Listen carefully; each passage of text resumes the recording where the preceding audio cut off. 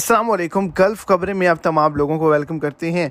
जैसा कि आप तमाम लोगों ने थंबनेल के ऊपर भी पढ़ लिया होगा कि आज के दिन एक बार फिर से एक बहुत ही बड़े कदम को उठाया गया है और इस कदम को उठाने के बाद कई ऐसे लोग हैं जिनको सज़ाए मौत का जो हुक्म है वो सुनाया गया है।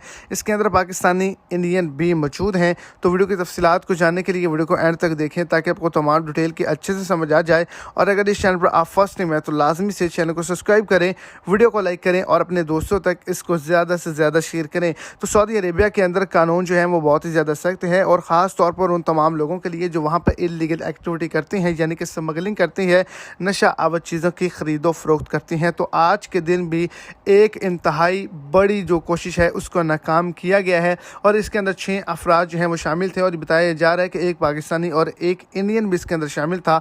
दीगर जो ममालिक से ताल्लुक़ रखने वाले लोग थे जो नशा आवर चीज़ों को ख़रीदो फ़रोख्त कर रहे थे, उनको सज़ाए मौत का ऐलान सुना दिया गया है और पाकिस्तानी इंडियन को जेल में डाल दिया गया है।